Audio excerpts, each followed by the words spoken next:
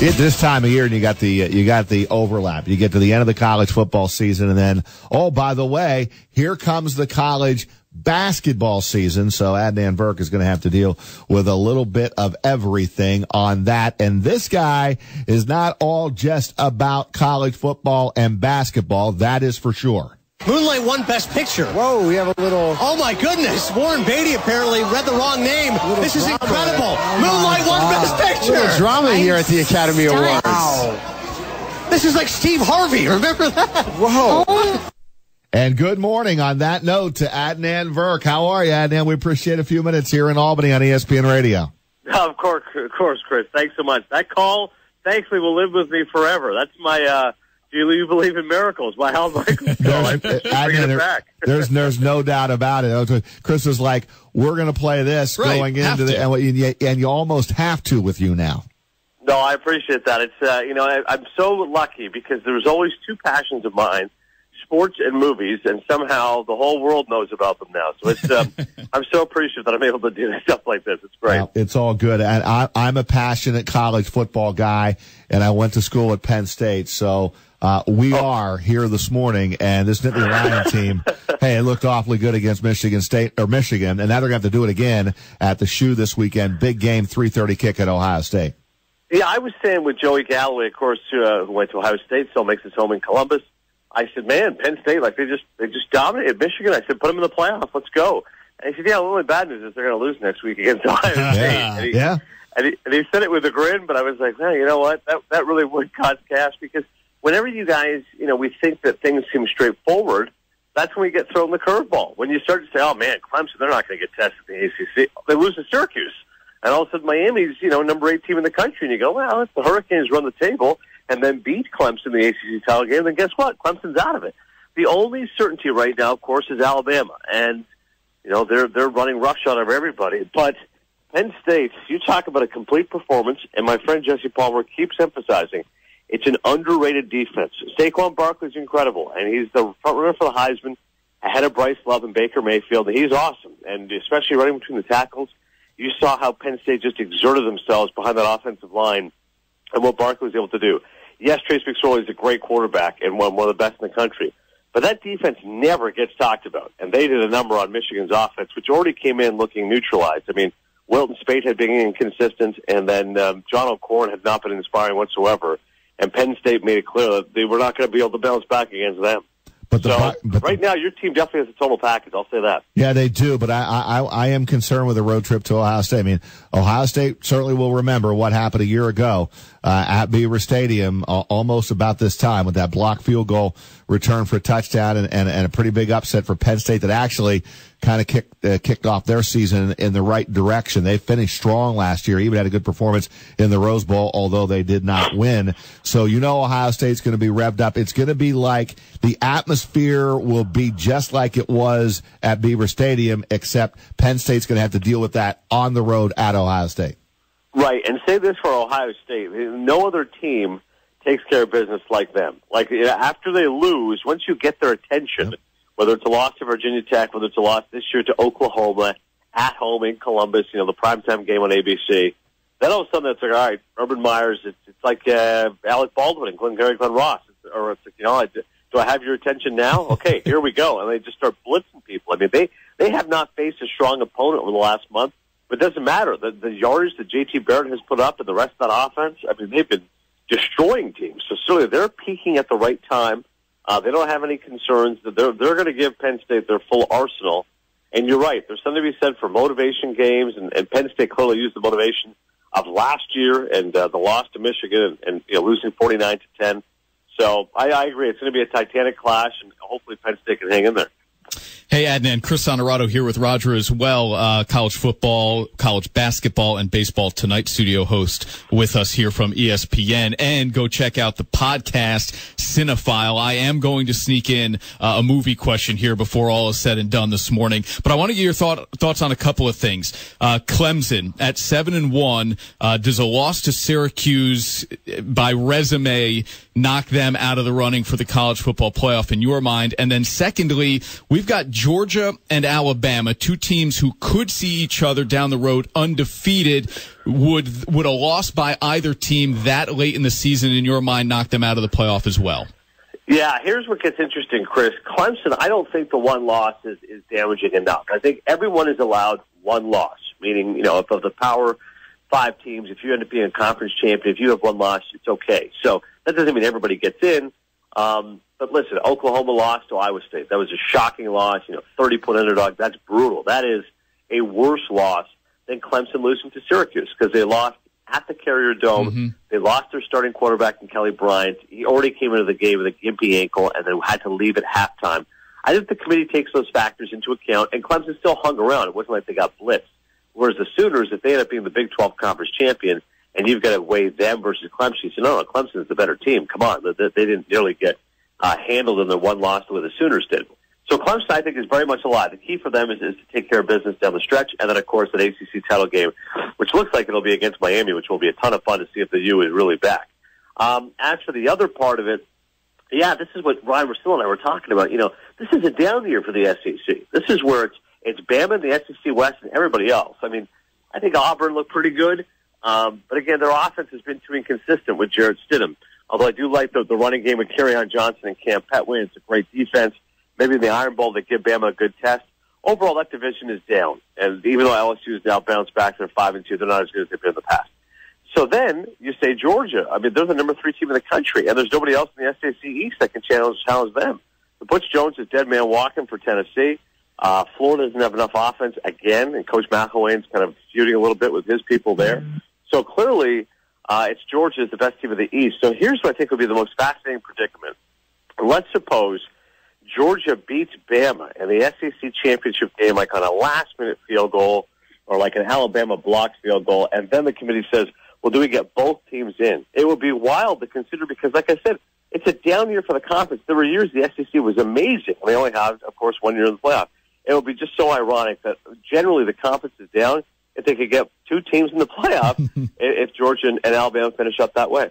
It seems like the Big Ten is the best conference in football. At least that's my opinion there. But and then there's the Notre Dame factor, Adnan. I mean, they could very well be in this thing too. Like, they kind of control their own destiny with a tough schedule ahead of them. But you got to like the way the Irish are playing. I was certainly surprised by the margin of victory over USC.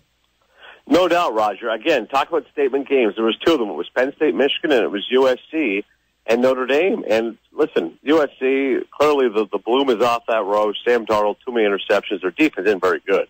And Notre Dame's rushing attack is amazing. I mean, I'm not totally convinced Brandon Wimbush, Notre Dame's quarterback, can beat me with his arm, but with his legs, there's no issue. And Josh Allen's a dark horse Heisman candidate. They average 300 yards a game on the ground alone. I mean, that is a staggering total for an FBS team and a tribute to how good those guys are and how good the offensive line is. And that's very atypical for a Brian Kelly team. Normally he's very pass-happy as the head coach of the Irish. So both those numbers are startling. You're right, though. The whole key is the schedule. You're at NC State. You're on the farm at Stanford. The only one loss, though, was to Georgia, which is the number 3 team in the country. It was a 1-point loss. So the thing is, there's no margin for error. They've got to win every single game. And they've got 2 huge tests there on the road. But if they can get through that, I would put Notre Dame in the playoffs because I agree with you. It's like Notre Dame normally, Roger, feels like they're overrated. They get too much attention. This time, I don't think they've had enough attention. Now everyone's finally coming around how good this team is. And we'll very quickly for you and the rest, it'll be, as I do play-by-play for you, Albany football, you get to the end of the season, and it's like, oh, yeah, but we overlap because the start of the basketball season begins. What's your thought on the teams to watch in college hoop this year? Is there going to be a dominant team, and where do you stand early on here on how Syracuse would be this season? I know, it's crazy. I was looking at my schedule for November, and you're right. I'm already going to be doing college hoops November 21st with Seth Greenberg and Jay Williams. So you're right. That locomotive is coming towards us. I haven't dove in yet too much on Q's, but it's funny. I'm sure you know there's so many Syracuse alumni at ESPN because so many went to the broadcasting school there. So I feel like no matter what the experts think Syracuse is going to do, at least the prevailing sentiment within ESPN is this is going to be a Final Four team no matter what. But I think they're going to be okay, but I don't think they're going to be one of the top 10 teams in the country, certainly, maybe top 20. And as far as the overall landscape, it's weird. It's unfortunate because everyone just gets so rocked But the Patino and Louisville scandal and this whole issue of college basketball, we haven't really focused on the players as of yet. So I honestly have not had a chance to really dive in to see which teams are good. I'm assuming, the normal heavyweights, North Carolina, Duke, and all the rest of it. But I haven't had a chance to really look at the numbers just yet. It is ACC Media Day for college basketball. I'm looking up at ESPN in our studios, Adnan, and there's Jim Boeheim. So you're right. Being surrounded by all the Cuse alumni, you'll find out sooner rather than later what this Orange team has. All right, I told you I would selfishly ask a movie question here, and maybe I'll bug you on a Wind River review later. But what movie right now has the inside track to Best Picture? As I know, over the next couple of months, Oscar season will really pick up steam. Yeah, right now Dunkirk is the early favorite, but we know early favorites tend to fade. It's always hard when a team is released in the summer to maintain that momentum all the way through. And the last war film that was doing that was Saving Private Ryan in 1998. And I think it's going to have the same fate as Dunkirk, which is it'll win Best Director. Spielberg won that year. And I think this time Christopher Nolan is finally going to win his first Best Director trophy, which he's certainly well-deserving, one of the best directors out there. He did a marvelous job with Dunkirk, balancing all those multiple storylines. But I think Best Picture is going to be harder for Dunkirk to hold on just because there's so many other movies still to come out. There's one movie called The Papers. It may have been changed now to The Post.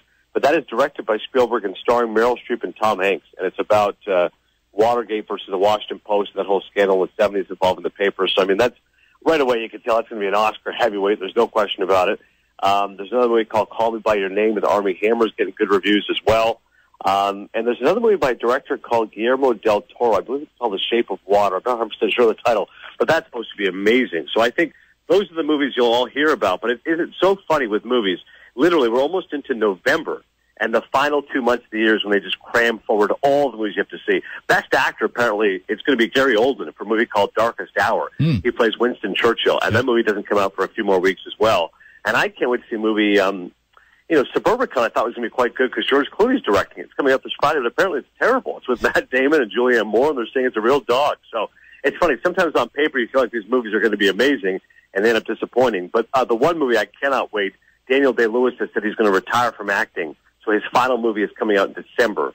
I can't remember the exact title of it right now, but it's with P.T. Anderson, the director. Of course, they did There Will Be Blood together. So the reunion of those two talents, to me, I cannot wait. And that's coming out in December. So there's more than a handful of movies to look out for, boys, in the next 2 months. And then Roger's schedule, literally doesn't even allow. He probably couldn't even tell you the last movie he saw. I can't. But no. I loved Dunkirk, and I know it. Not everybody did love it, but we left the movie theater thinking, boy, they hardly really even spoke. And to me, that was what made it so great, was the intensity and the silence as you were kind of interpreting what each character was feeling and thinking. I love Dunkirk, but I always look forward to November and December for the exact reasons you gave, that so many heavy hitters now wait till the end of the year. Yeah, 100%, Chris. And I'm with you on Tom Hardy. It's very rare other actors. He could be from the silent film era because he's that actor who can convey so much by saying so little. He's just a big hulking presence, and he's got such this feeling of machismo, but also in that film I thought Nolan really exploited the fact he comes across as such a figure of loyalty and bravery. And if you think that too many movies have too much dialogue and are too long, I think Dunkirk's the movie for you because there's a real paucity of dialogue, and the film's only an hour 45, as you know, and it's just multiple storylines. I think the vast majority of people appreciate it. Those who didn't like it said, well, I didn't get to know the characters. I didn't know enough of the history of Dunkirk. But that to me wasn't the point. The point was this is an immersive film experience, much like the first 20 minutes of Saving Private Ryan. The filmmaker, in this case, Chris Nolan, is trying to show you what's going on and just have a real sensory assault. So I think people will get to see it like I did, 70mm IMAX. I hope you did as well, Chris. That really is the way you get the full weight of the picture. But otherwise, people will see it on small screens. And, Roger, it's funny. I meet many people like yourself because I'll start rambling like I do, and they just go, listen, I haven't seen a movie since, Forrest Gump. But I appreciate your passion. Well, listen, Adnan, but between now and the next time Honorado books you, I'm going to go to the movie theater so I can at least contribute in this conversation. Okay. You should. Last night, we had Charlie Blackmon visiting us, the batting champion of the Colorado Rockies. So he's sitting there with me and Eduardo Perez, and of course, those guys all know the way I am with movies. You should have seen the look on Blackman's face. I think his head was about to explode when I started talking to him. Who the hell are you? And are you really hosting baseball tonight? That's great. Are you at the movie somewhere? It's great. Well, listen, we got a lot of people listening to this show, and we've got, you're hitting all demos this morning. Oh, yeah. That I can tell and you. And then he'll set you up for the date night at the movies. Yeah. Boy, Exactly. that would be awesome. A date night with my wife to the movies. Man alive. We'll figure it out, Adnan. Keep up the great work and go Penn State this weekend. I think that's going to be a terrific football game. And as a Penn Stater, I'm worried about going on the road to Ohio State. Well, Roger, I like it because at the very least, if they win, it'll make Joey Galloway miserable, and I have to sit next to him for 15 hours every Saturday. So I enjoy seeing a sourpuss look on his face. Love it. Thanks, Adnan. Appreciate it, man. Adnan. All right, thanks, fellas. Good Take job. care.